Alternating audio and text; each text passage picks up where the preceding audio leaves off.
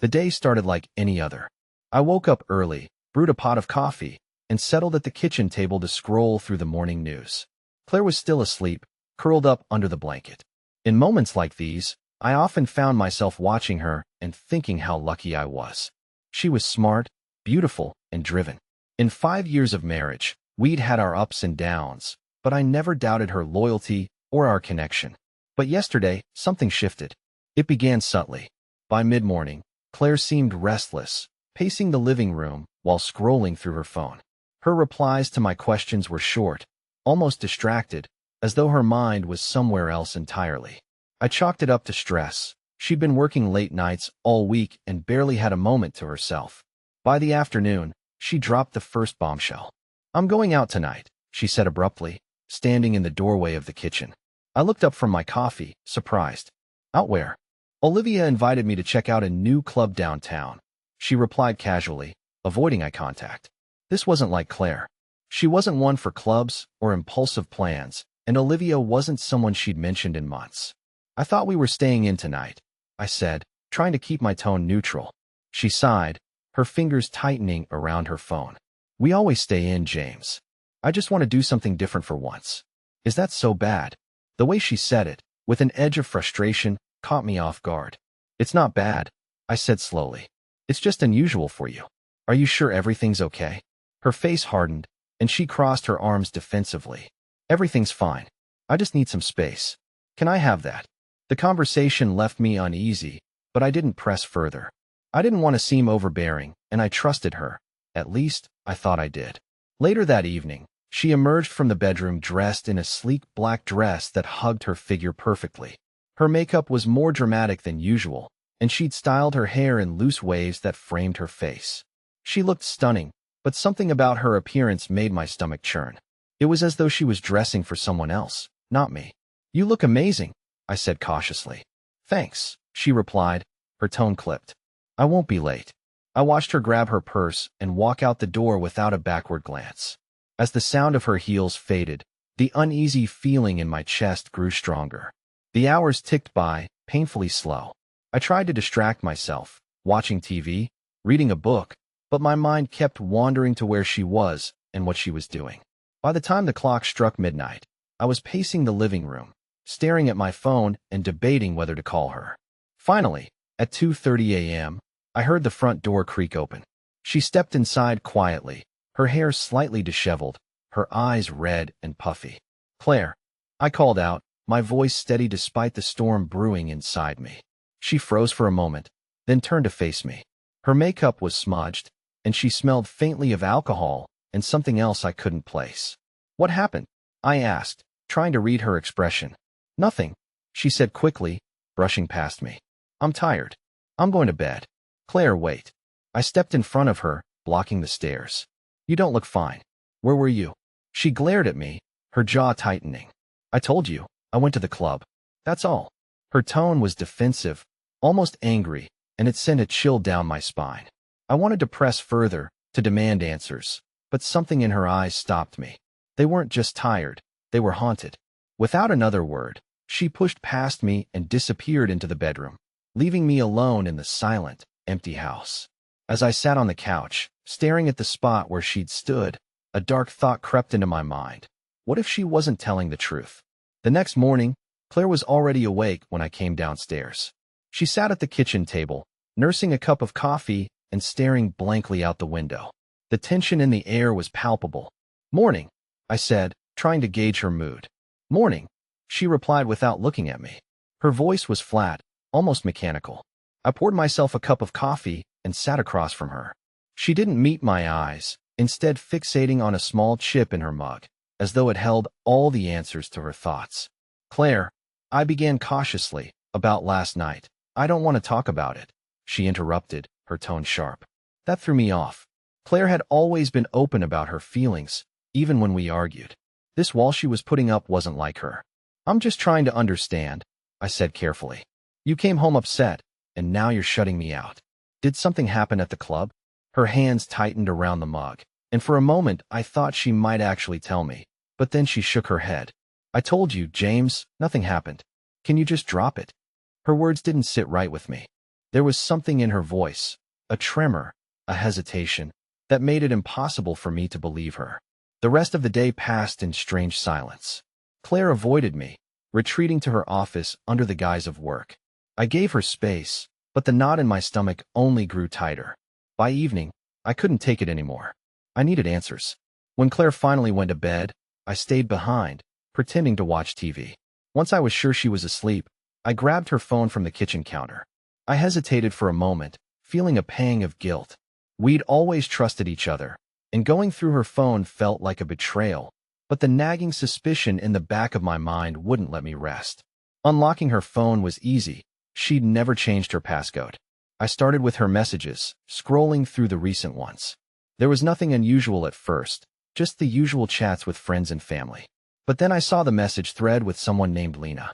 Claire had never mentioned Alina before. The messages weren't long, but they were enough to send my heart racing. Lena, don't overthink it.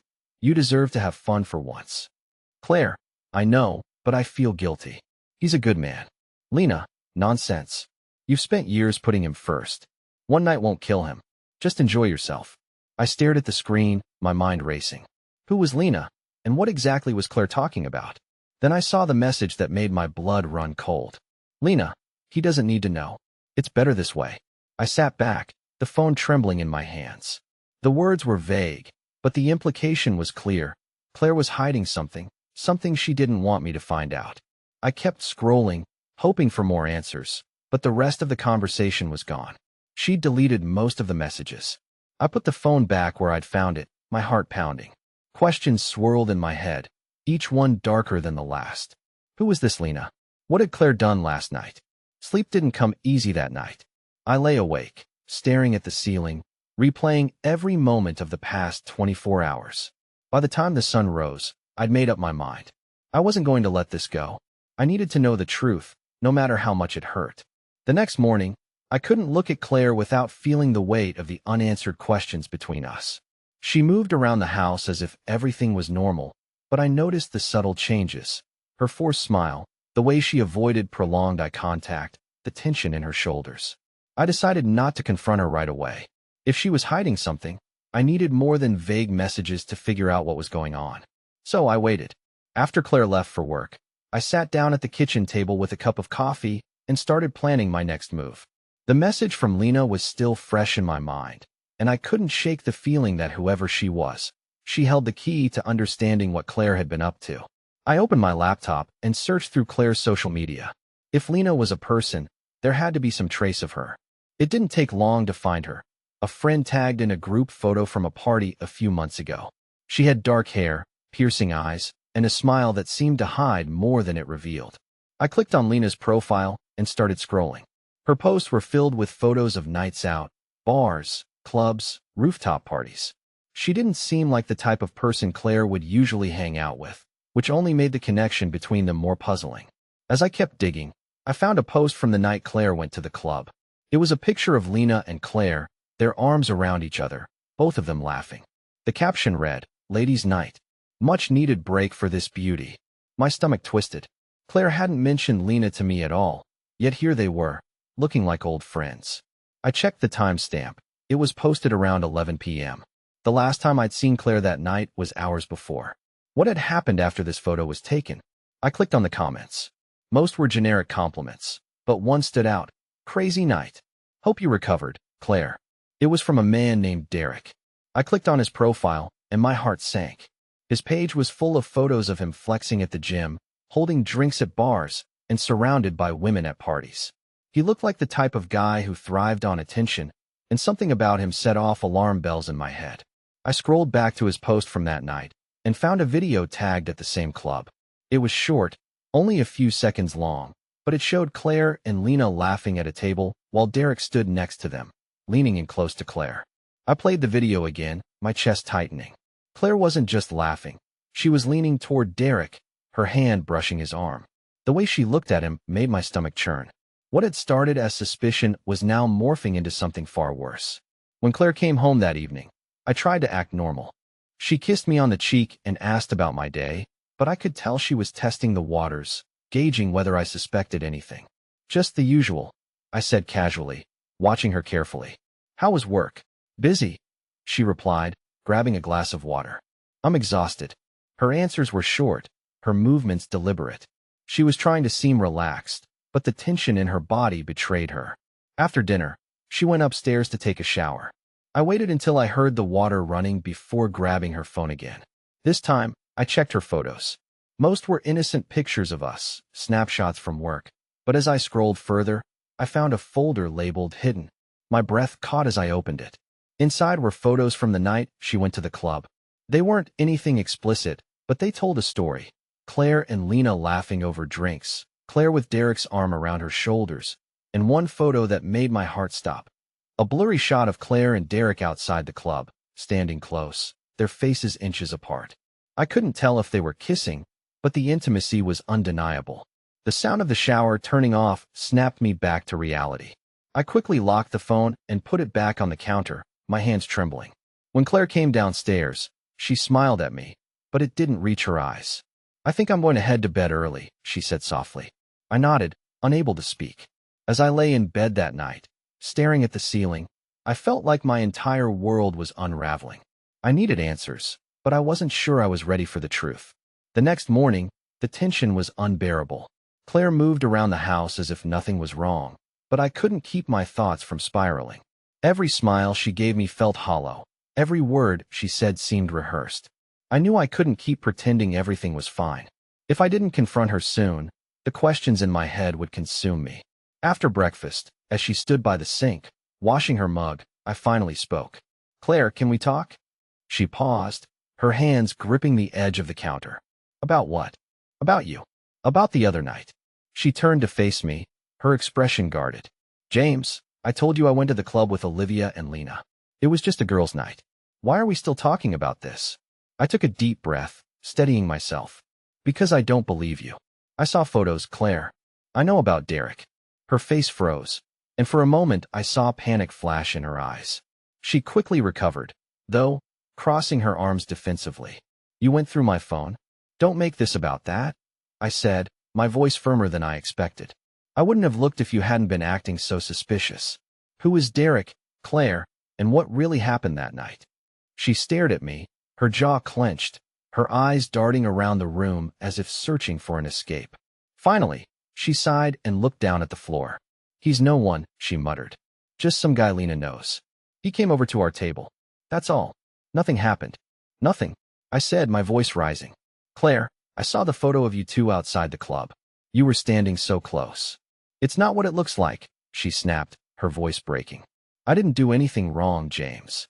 The tears in her eyes would have convinced me once, but not now. I'd seen too much, and the pieces didn't add up. Then why are you hiding things from me? Why delete messages? Why keep photos in a hidden folder? She shook her head, her hands trembling. Because I knew you'd react like this. I knew you wouldn't understand. It was just one night, James. One stupid night where I wanted to feel, I don't know, alive again. Her words hit me like a punch to the gut. Alive again? Claire, we have a life together, a good one. Or so I thought. Was that not enough for you? Tears streamed down her face as she sank into a chair. I don't know, okay? I don't know what's wrong with me. I needed something different. Something exciting. Exciting. I repeated, my voice trembling with anger. And you thought flirting with some stranger was the way to fix that? She buried her face in her hands, sobbing. I didn't mean for it to get this far. I didn't mean to hurt you. For a moment, I felt torn. Part of me wanted to comfort her, to hold her, and tell her we could work through this. But the other part of me, the part that felt betrayed and humiliated, couldn't let it go. What did he mean when he commented about you needing to recover? I pressed, my voice cold. She looked up at me, her face pale. I didn't sleep with him, James, she said, her voice barely above a whisper. I swear to you I didn't. Then what happened? Claire hesitated, and for a moment I thought she wouldn't answer, but then she took a shaky breath and said, We danced. That's all. He bought us drinks, we danced, and when we left, he tried to kiss me. I pushed him away and went home. That's the truth. I studied her face, searching for any sign of a lie. She looked desperate, her eyes wide and pleading, but I couldn't shake the feeling that there was more to the story. Why didn't you just tell me from the start? I asked, my voice softer now. Because I was scared, she admitted. I was scared you'd think the worst, that you'd leave me. Her words hung in the air, heavy and suffocating. I wanted to believe her. I really did. But the trust between us had already been cracked, and I wasn't sure it could be repaired. I need some time to think, I said finally, stepping back. She nodded, her tears falling silently now. Take all the time you need, she whispered. As I walked out of the room, my mind was a storm of emotions. Anger, sadness, confusion. I didn't know what to believe anymore, but one thing was clear. The life Claire and I had built together would never be the same again. The house felt colder that night. Claire stayed upstairs, the sound of her muffled sobs filtering through the walls. I sat alone in the living room, staring at the blank TV screen, trying to process everything she had said. Her explanation made sense, but something about it still felt off. I spent hours replaying her words, comparing them to what I had seen in the photos and messages. If it had been as innocent as she claimed, why the secrecy? Why the lies? Trust, once broken, doesn't mend easily. The next morning, I decided to take action. If she wouldn't give me the full story, I'd find it myself. Claire had left for work by the time I woke up. After she was gone, I grabbed my phone and called the only person who might know what really happened that night. Lena. Her number was easy to find. It was in Claire's contacts. My hands trembled as I hit the call button, unsure of what I would say. Hello. A cheerful voice answered after a few rings. Hi, Lena. I began, trying to keep my tone steady. This is James, Claire's husband. I was wondering if I could talk to you about the other night. There was a brief pause, and when she spoke again, her tone was more cautious. Oh, I'm sure. What's this about? I just need to understand what happened, I said, choosing my words carefully. Claire told me she went out with you, but things don't add up. I found some photos, some messages. Lena sighed, and I could almost hear her debating whether to speak. Look, James, I don't want to get involved in your marriage. Claire's my friend, and I don't want to betray her trust. I'm not asking you to betray her, I said quickly. I just need the truth, please. Lena, if you care about Claire, you'll help me. There was another pause, longer this time. Finally, Lena relented. Okay, she said, her voice low. But you didn't hear this from me. My heart pounded as she began to speak. It started out innocent, she said. We went to the club to have fun, just a girls' night. But then Derek showed up. He's a friend of mine. He saw us and joined our table. Did Claire know him? I asked, my voice tight. No, but she warmed up to him quickly, Lena admitted. They were dancing, laughing, and yeah, he bought us drinks. I didn't think much of it at first. I pressed. Lena hesitated. James, you have to understand, Claire loves you. She wasn't trying to hurt you. But Derek, he's charming, and Claire had a lot to drink. I think she got caught up in the moment. What does that mean? I demanded, my patience wearing thin. They kissed, she said finally. Outside the club, before we left. I told her it was a bad idea, but she didn't listen. The words hit me like a punch to the gut. I'd suspected it, but hearing it confirmed was a different kind of pain. Is that all? I asked, my voice barely above a whisper. Yes, Lena said firmly. She pulled away and came home. She felt awful about it, James. She's been beating herself up ever since. I thanked Lena and hung up, my mind racing. So, Claire had kissed Derek. She'd lied to me, hidden it, but she hadn't gone further. Was that enough to forgive her? When Claire came home that evening, she looked at me wearily, as if bracing herself for another argument. Claire, I said, my tone serious. We need to talk. Her shoulders sagged, and she nodded. I know, she said softly. I called Lena, I admitted. Her eyes widened, panic flashing across her face. James, she told me everything. I cut her off. About Derek. About the kiss. Claire's face crumpled, and tears spilled down her cheeks. I'm so sorry, she sobbed. I wasn't thinking. It didn't mean anything, I swear. You should have told me, I said, my voice trembling with anger and hurt. Do you have any idea what it felt like to find out this way? To see those photos and messages, and wonder what else you were hiding? I know, she cried. I was scared, James. I thought if I told you, you'd leave me. I might have, I admitted, the honesty cutting through the room like a knife. But at least I wouldn't have felt like a fool. For a long moment, we sat in silence, her sobs filling the space between us. I don't know if I can get past this, Claire, I said finally, my voice heavy. You broke my trust, and that's not something you can fix overnight. I'll do anything, she pleaded. Anything to make this right. I need time, I said simply. She nodded, wiping her tears. Take all the time you need. Just please don't give up on us. As she walked away, I felt a mix of emotions. Anger, sadness, betrayal. But beneath it all, there was still a flicker of hope.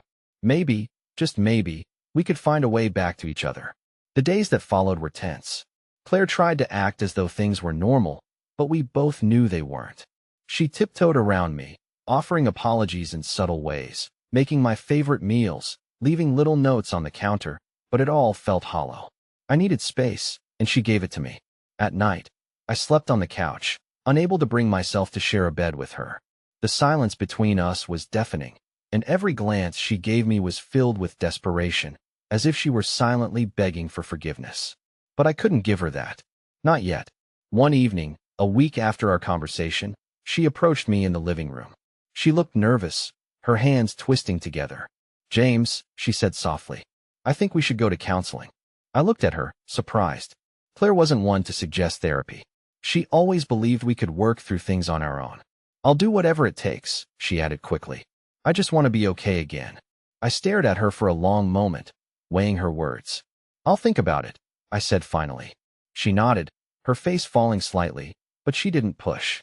She turned and walked back upstairs, leaving me alone once again. As I sat there, I realized I wasn't just angry at her. I was angry at myself for trusting her so blindly, for letting it get this far. Something had to change. The next morning, I found Claire sitting at the kitchen table, staring at her untouched cup of coffee. She looked exhausted, as if she hadn't slept at all. I sat across from her, the air heavy with unspoken words. "I've been thinking," I began, my voice steady but low. She glanced up at me, her expression hopeful yet cautious. "Counseling," I said. "Maybe it's worth a shot, but I'm not making any promises." Her eyes filled with tears, and she nodded quickly. "Thank you, James. I know I don't deserve this chance, but I promise I'll do everything to make it right." Later that day, she found a therapist who specialized in couples, and we scheduled our first session for the following week. In the meantime, we existed in a strange limbo, talking only when necessary, avoiding any deeper conversations. When the day of the session arrived, I wasn't sure what to expect. The therapist, a calm woman named Dr. Evelyn Reed, welcomed us into her office and asked us for our perspectives. Claire spoke first, her voice trembling as she recounted her feelings of restlessness and guilt. "I didn't realize how much I was hurting him," she said, her hands gripping the edge of her chair. "I thought I needed something different, but I was wrong. I just didn't know how to tell him how I felt." When it was my turn, I laid everything out: the betrayal, the lies, the broken trust. "I don't know if I can ever see her the same way again," I admitted. "And I don't know if I want to try." The session ended with no clear resolution, but for the first time, I felt like we were at least addressing the wounds instead of ignoring them. That night, as we sat in silence on opposite ends of the couch, Claire broke it. "Thank you for coming today," she said quietly. I didn't respond, but I gave her a small nod. It wasn't much, but it was a start. A week after our first counseling session, things seemed to be improving slightly. Claire was more attentive, doing her best to rebuild the trust she'd broken. She started sharing her thoughts more openly, even when they were difficult to express. I tried to reciprocate, though it was still hard to fully let my guard down.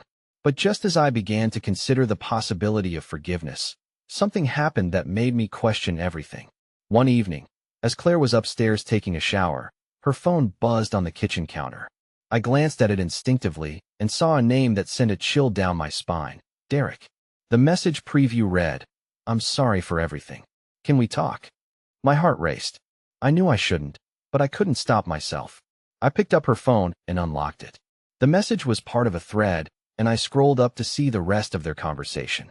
To my shock, the messages didn't align with the story she told me. "Derek, I still think about that night. You looked amazing in that dress." "Claire, we can't talk about this. I'm trying to fix my marriage." "Derek, you can't deny what we had. I felt it, and I know you did too."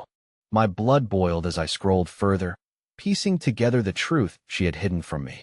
The kiss wasn't a fleeting mistake. There had been feelings involved, or at least that's what Derek seemed to believe. I put the phone down, my hands trembling with anger. The progress we had made, the therapy sessions, her promises, they all felt like lies. When Claire came downstairs, She immediately noticed the change in my demeanor. "What's wrong?" she asked, her voice cautious. I didn't answer at first. Instead, I held up her phone, Derek's message still glowing on the screen. "Care to explain this?" Her face went pale, and she froze. "James, I can explain." "Explain what?" I snapped. "That you've been lying to me this entire time? That there was more to that night than you told me?" Tears welled up in her eyes, but I wasn't moved. "I didn't reply to him," she said, her voice breaking. "I haven't seen him since that night, I swear." "But you wanted to," I said coldly. "Don't lie to me, Claire, not again." She collapsed into the chair, sobbing. "I was confused, okay? I didn't know what I wanted. But I'm not confused anymore, James. I want us. I want you." Her words hung in the air, but they felt hollow. I turned and walked out of the room, leaving her alone with her tears. That night, I lay awake on the couch, staring at the ceiling. The pain of her betrayal was fresh all over again, and I wasn't sure if I could go through this anymore. The question wasn't whether I still loved Claire, it was whether love was enough. The morning after finding Derek's messages, I woke up on the couch feeling like a shell of myself. Claire's betrayal had hollowed me out, and every moment I spent in that house felt suffocating.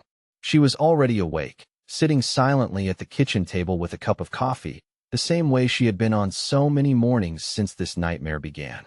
But today was different. Today, I had no more patience, no more hope. I sat across from her, my voice calm but firm.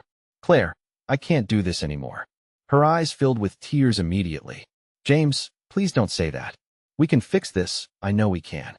I shook my head, the weight of my decision pressing down on me. "I tried, Claire, I really did. But you've lied to me again and again. I don't trust you anymore, and without trust, we have nothing." She reached for my hand, but I pulled away. "James, I made a mistake, a terrible mistake, but I love you. Doesn't that count for something?" "It used to," I said quietly. "But love isn't enough when it's built on lies." Her sobs echoed through the kitchen as I stood up, the chair scraping against the floor. I went upstairs and grabbed a suitcase, stuffing it with clothes and essentials. Claire followed me, begging me to reconsider, but I was resolute. "I need time, Claire," I said as I zipped up the suitcase. "Time away from you, from this house, from all of it. Maybe someday I'll be able to forgive you, but right now, I can't even look at you without feeling betrayed." Her tears didn't stop, but she didn't try to stop me again. I walked out the front door with my suitcase in hand, leaving behind the life we had built together. For the first few weeks, I stayed with a friend, processing everything that had happened. The silence was deafening, but it gave me the space I needed to think. Claire texted me daily, apologizing, pleading, promising to change, but I couldn't bring myself to reply. Eventually, I filed for separation. It wasn't an easy decision, but it felt like the only way to reclaim my peace. Months later, I found myself sitting in a small apartment far from the home I once shared with Claire. The pain of her betrayal still lingered, but it no longer consumed me. I had started therapy on my own, working through the anger and sadness, and slowly, I began to feel like myself again. One evening, I received a final letter from Claire. In it, she admitted to everything, her doubts, her mistakes, and the truth about what happened that night. She didn't ask for forgiveness, only that I find happiness, whether it was with her or without her. I didn't reply. Claire and I eventually finalized our divorce. She moved out of the city, and we drifted into separate lives. As for me, I'm still healing, but I've learned something important. Sometimes letting go isn't a sign of failure. It's the first step toward finding yourself again.